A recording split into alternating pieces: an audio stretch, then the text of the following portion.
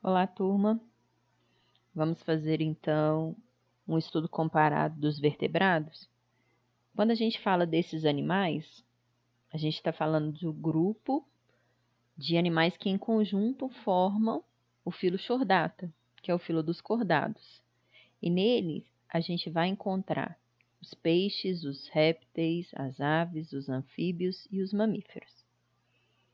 Os cordados, eles vão se dividir em urocordados, que são cordados marinhos que podem viver isolados ou em colônias, os cefalocordados, que são animais pequenos e que têm o corpo semelhante ao do peixe, e os eucordados, ou cordados verdadeiros, chamados vertebrados, nos quais a coluna vertebral representa o eixo esquelético do corpo animal. Falando um pouquinho mais dos peixes, há dois grupos de peixes, os condrictes e os osteíctes. Os condrictes vão representar os peixes com cartilagem, então o esqueleto desses animais é cartilaginoso, desde o início da vida até o seu fim. E atualmente nós temos somente exemplares de condrictes que têm boca na posição ventral. Então aqui a gente consegue ver o ventre, o dorso e a boca desses animais é ventral. Os osteíquides, eles já vão representar os peixes que têm o esqueleto formado por ossos. Então, após a formação do esqueleto de cartilagem, há uma deposição de carbonato de cálcio, ossificando essa cartilagem pré-existente. E nele a gente vai encontrar o cavalo marinho e a maioria dos peixes que nós conhecemos. Falando um pouquinho da anatomia externa dos peixes, eles são aquáticos e, para facilitar a natação, eles possuem nadadeiras. E a forma também é hidrodinâmica, além da produção de um muco que vai garantir aí, uma viscosidade maior e, com isso, uma facilidade no movimento da natação. Observe também que eles têm, uma fileira de poros existente ao longo do seu corpo, e essa fileira a gente denomina de linha lateral. Então, aqui a gente tem a linha lateral. Essa linha lateral, ela vai permitir ao animal perceber as vibrações e os movimentos, facilitando, assim, a fuga de possíveis predadores. Quando a gente fala de flutuação, nos peixes ósseos, a gente tem uma bolsa que fica cheia de gás e que vai permitir muitos desses animais permanecerem parados sem se afundar. Essa bolsa ela é chamada de bexiga natatória. Já os peixes cartilaginosos, eles não vão apresentar bexiga natatória. E para subir ou descer, eles vão controlar a quantidade de óleo presente no seu fígado e, com isso, ele consegue subir ou descer de acordo com a necessidade. No que diz respeito à temperatura corporal, os peixes são ectotérmicos. Por quê? Porque a temperatura corporal deles varia de acordo com a temperatura ambiente. Então, eles absorvem o calor do ambiente no qual vivem. E são considerados ainda o que a gente chama de pecilotérmico. Por quê? A temperatura deles varia de acordo com a temperatura ambiental, Então, a troca de calor acontece com o meio e a temperatura corporal vai variar de acordo também com a temperatura ambiental. No que diz respeito à respiração, à circulação, o que a gente vai observar? A maioria dos peixes vai possuir um órgão respiratório que a gente chama de brânquias, e através dessas brânquias, eles vão conseguir realizar a troca gasosa. Fora isso, esses animais, eles têm a circulação fechada, o que vai dizer para nós que o metabolismo é mais alto, já que esses animais têm o sangue circulando sempre dentro de vasos sanguíneos. No que diz respeito à reprodução, a grande maioria dos peixes tem fecundação externa. Então, a gente vai ter a oviposição e depois a liberação dos espermatozoides da água. E depois que isso acontece, o macho geralmente ele vai criar alguma estratégia, seja a produção de um muco ou de uma espuma, de forma a conter os ovos em desenvolvimento numa única região. Falando do segundo grupo, a gente vai falar dos anfíbios. A própria palavra já fala que são animais de vida dúbia, né? Ou seja, eles vão passar a primeira fase das suas vidas na água. Nesse momento, eles têm respiração branquial. E a última etapa da sua vida vai ser na terra, no qual eles vão respirar através de pulmões, que ainda rudimentares, e pela pele, que a gente chama de respiração cutânea. A temperatura deles vai sofrer variações de acordo com a temperatura ambiental, então eles também são percilotérmicos. E como eles também absorvem calor do ambiente, eles são o que a gente chama de ectotérmicos. Na divisão dos anfíbios, a gente tem 3 grupos, os anuros, os urodelos e os ápodes, em que o sapo, a intanha, a rã e a perereca são animais que não apresentam cauda, isso na fase adulta. Os urodelos, a gente vai ter as salamandras e os tritões, e eles apresentam, além da cauda, 4 patas. Já os ápodes vão reunir a cobra cega, que não tem patas. Quando a gente fala da reprodução dos anfíbios, a gente está falando de um mecanismo que geralmente acontece na água e que a fecundação também é externa. Nesse caso, a gente vai ter o amplexo ou abraço nupcial, em que o macho ele abraça a fêmea, comprime o seu abdômen, fazendo com que ela libere os ovos na água. Depois o macho libera os espermatozoides e dessa fecundação vão ser formados os ovos, que vão ser amplamente, bisuntados, protegidos por uma cápsula gelatinosa e vão permanecer ali até o nascimento do girino. Essa cápsula, ela tem por objetivo garantir a proteção desses ovos e principalmente evitar a ressecação deles. E uma vez que o girino nasça, ele vai passar por um processo que a gente chama de metamorfose, em que a gente vai ver inúmeras transformações no corpo e na fisiologia desse animal até que ele atinja a fase adulta. Então, eles são animais que apresentam o que nós chamamos de metamorfose completa.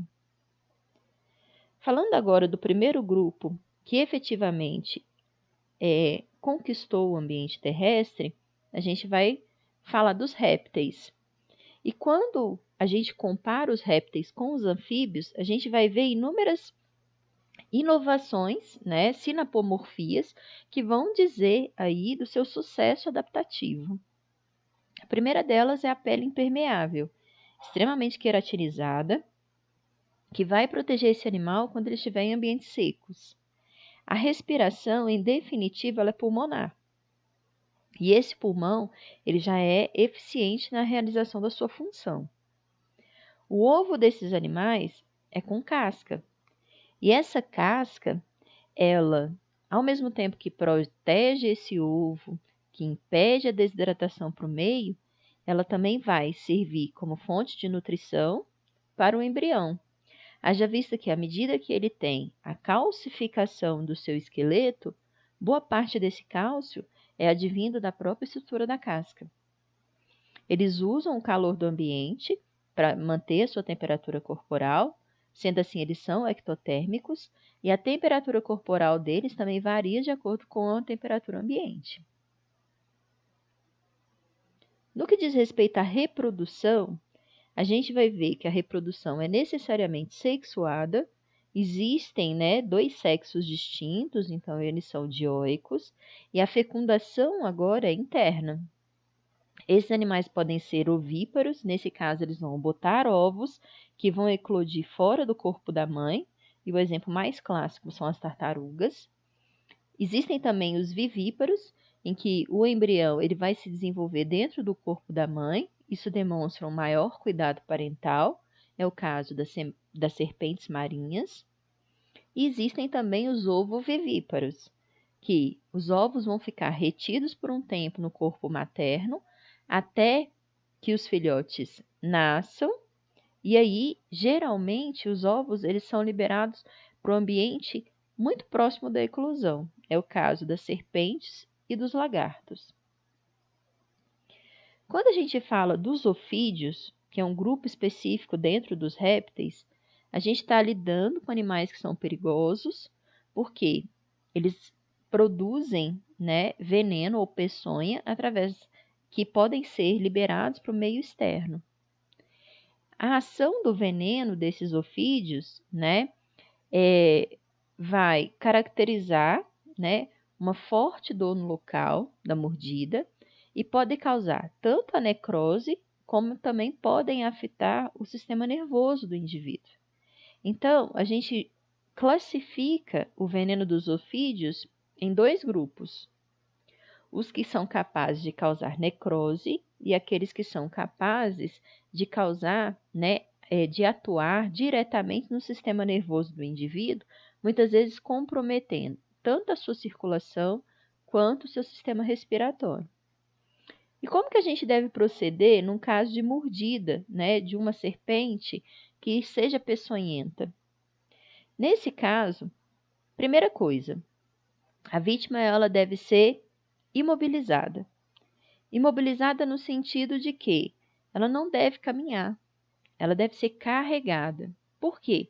Se ela caminhar, ela vai facilitar a circulação sanguínea e com isso ela vai distribuir o veneno mais rapidamente por todo o seu corpo. Então, o ideal é imobiliza o indivíduo e vai levá-lo o mais rápido possível para um serviço médico especializado. Se possível, leve o animal junto ou pelo menos uma fotografia, né? Por quê? Porque com base na análise da foto ou do animal, o médico ele vai conseguir saber qual foi o animal implicado e vai fazer a escolha do soro específico para tentar salvar a vida daquele indivíduo o mais rápido possível, né? Não se deve fazer torniquete, porque se for o caso de uma serpente cujo veneno é necrosante, aquela parte na qual o veneno ficou retido com certeza irá necrosar. Então, nesse caso, a alternativa é a amputação do membro. E o local da picada, ele deve ser lavado com água e sabão, de forma a minimizar a ocorrência de infecções da ferida. Vamos falar agora um pouquinho sobre as aves. As aves, elas têm muitas características em comum. Se nós compararmos, né, os diferentes tipos de aves que nós conhecemos, a gente vai conseguir apresentar uma série de características que são compartilhadas. A primeira delas é a presença de penas ao longo do corpo como um todo. E essas aves, em decorrência da aptidão para o voo, necessariamente elas vão ter uma pele seca, queratinizada, sem glândulas. A única exceção é a glândula uropigiana, que tem por finalidade a produção de uma secreção que vai impermeabilizar as penas, de forma que, eventualmente, se elas entrarem na água ou se chover, que as penas não se molhem, impossibilitando assim o voo pelo aumento do peso do animal. Outra característica compartilhada é a presença das asas. E as aves necessariamente são animais bípedes, ou seja, elas têm apenas 2 pés sobre os quais elas se posicionam. Uma alteração que a gente vai ver quando a gente comparar as aves com os demais grupos que nós estudamos é que as aves representam um primeiro grupo homeotérmico, ou seja, capaz de manter a sua temperatura constante, independente da temperatura ambiental. E elas vão necessariamente apresentar uma respiração pulmonar, já que a troca gasosa ela vai acontecer de forma eficiente e diretamente com a atmosfera. Uma característica que chama a atenção é que as aves elas detêm o que nós chamamos de ossos pneumáticos, que são ossos perfurados que permitem o armazenamento e a passagem de ar, minimizando o peso do animal e favorecendo o voo. O coração das aves é tetracavitário. Na verdade, essa é uma característica que já apareceu lá no grupo dos crocodilianos, mas nas aves ela veio para ficar. O fato desses animais apresentarem um coração com 4 cavidades, sendo elas 2 átrios e 2 ventrículos, possibilitou uma melhoria do metabolismo, já que em situação alguma, em circunstância alguma, há mistura de sangue venoso com arterial. E esses animais, eles também vão possuir um sistema digestório completo, mas a boca desses animais é destituída de dentes. Então, existem outras estratégias, como o papo, por exemplo, para favorecer a digestão mecânica como etapa prévia para a ocorrência da digestão química. As aves, elas também são ovíparas e os ovos delas também apresentam casca calcária, de forma a garantir a proteção e minimizar também o efeito da desidratação. Fora que a casca do ovo também representa uma fonte rica de cálcio para a calcificação do esqueleto desses animais, gerando, a formação aí de um esqueleto ósseo. Quando a gente fala das adaptações das aves para o voo, a gente vai lembrar sempre que elas têm o corpo revestido por penas, elas têm asas, o esqueleto é leve em decorrência dos ossos pneumáticos, os sacos aéreos, que são bolsas de ar ligados aos pulmões, vão ajudar as aves a se tornarem mais leves, porque esses sacos aéreos vão permear aí os ossos pneumáticos. Existe a presença da quilha ou carena, que é uma projeção do osso externo. Muito provavelmente vocês já viram uma quilha. Todas as vezes que a gente corta peito de frango, a gente vai ter um ossinho num formato de Y. Aquela lá é a quilha. E aquele ossinho, ele vai permitir ali, a disposição dos músculos que vão favorecer o voo, centralizando, de certa forma, no externo, na estrutura peitoral, a musculatura necessária para o voo adequado. Esses animais não têm bexiga urinária. Essa é uma adaptação, presente nas aves, já que, como elas precisam voar, e nessa condição elas precisam estar leves, serem o mais leves possível, elas tem como principal excreta nitrogenado o ácido úrico, que requer uma menor quantidade de água para a sua excreção e elas acabam, então, liberando a urina juntamente com as fezes. Então, nas fezes das aves, aquele pozinho branco é o ácido úrico, em grandes concentrações. E o fato, então, delas terem essa adaptação é mais uma característica que favorece aí a diminuição do peso e a realização do voo. Quando a gente fala das aves, a gente vai ter 2 grandes grupos. As ratitas, que são as aves que não voam, que é como exemplo, a ema, o kiwi, e as carenatas, que são as aves que voam, que representam a maior parte das aves que nós conhecemos. Vão ser o pombo, o canário e a galinha. Quando a gente fala da interferência do homem, na manutenção da sobrevivência das aves, a gente tem que considerar os principais fatores relacionados à extinção das aves provocadas pelo homem, que passam por aspectos culturais, como é o caso da caça predatória, que em alguns locais do mundo ela é uma atividade muito frequente.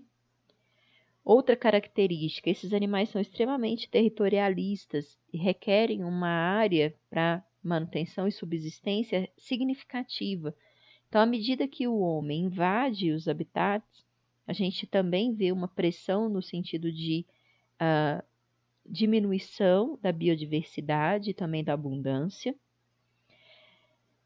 A questão, né, da criação das aves em cativeiro e, de certa forma, né, restringindo a procriação desses animais, ela também é um fator de impacto.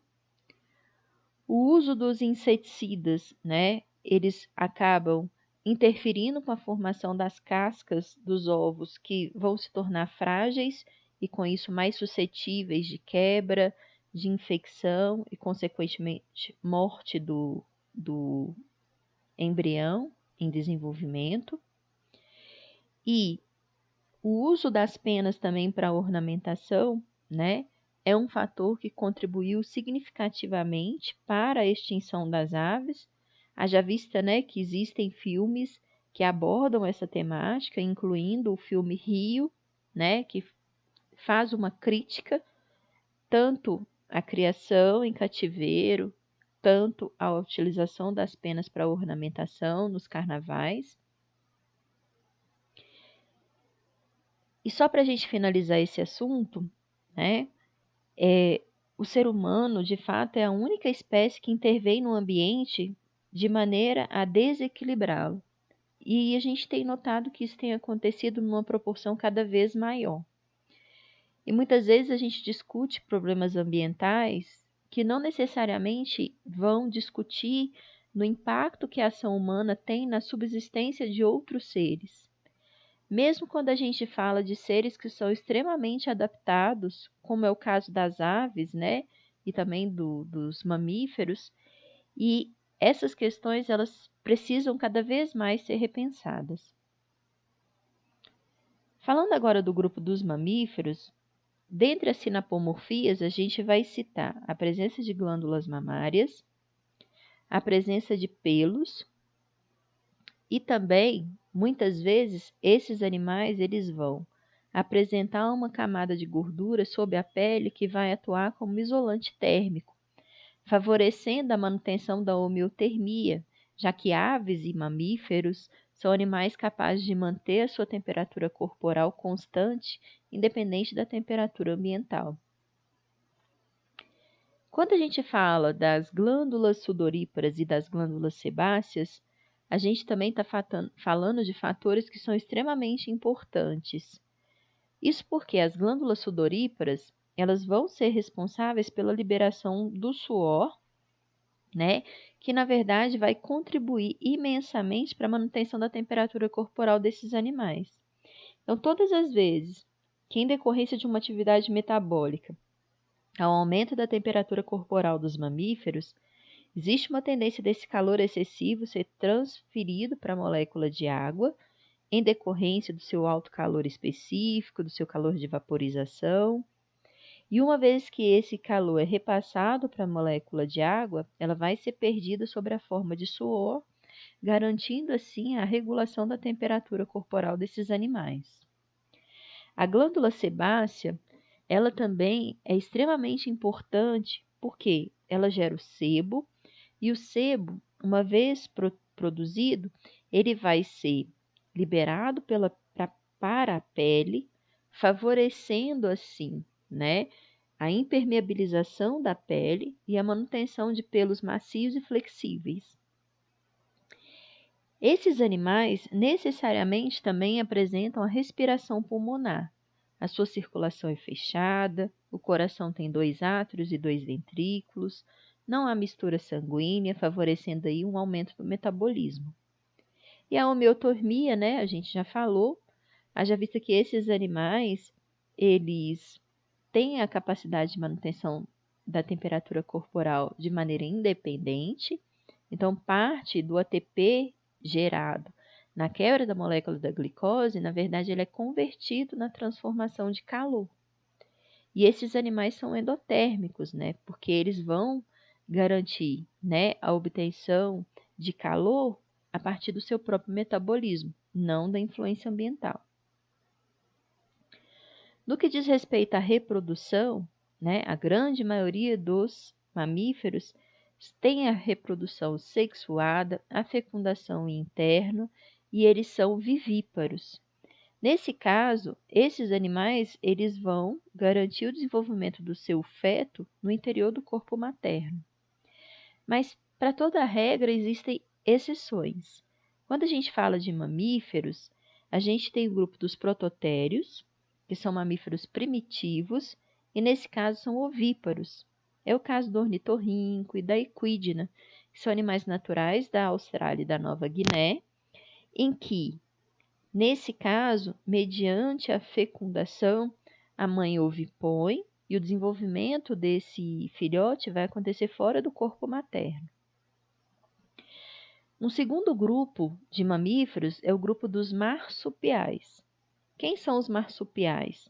São aqueles animais que apresentam um marsúpio, ou seja, é uma bolsa ventral que vai abrigar o feto até que ele complete o seu desenvolvimento. Então, os marsupiais apresentam o que a gente chama de placenta decídua. A placenta desses animais, ela não consegue levar o desenvolvimento embrionário a termo.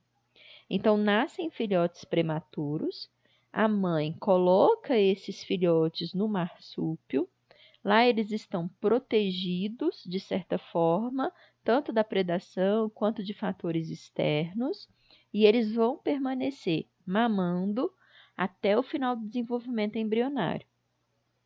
O exemplo mais clássico é o canguru. E os mamíferos eutérios ou mamíferos verdadeiros são mamíferos como nós, que apresentam placenta, que apresentam cordão umbilical, e a placenta e o cordão umbilical vão representar estruturas extremamente importantes, não só para a nutrição, mas também para a oxigenação e para o recolhimento das excretas, principalmente nitrogenadas, geradas ao longo do desenvolvimento embrionário. Com isso, pessoal, eu espero ter conseguido, de uma forma mais simples, discutir comparativamente todos os grupos que nós estudamos na semana passada. Eu espero que vocês estejam bem e até a próxima oportunidade.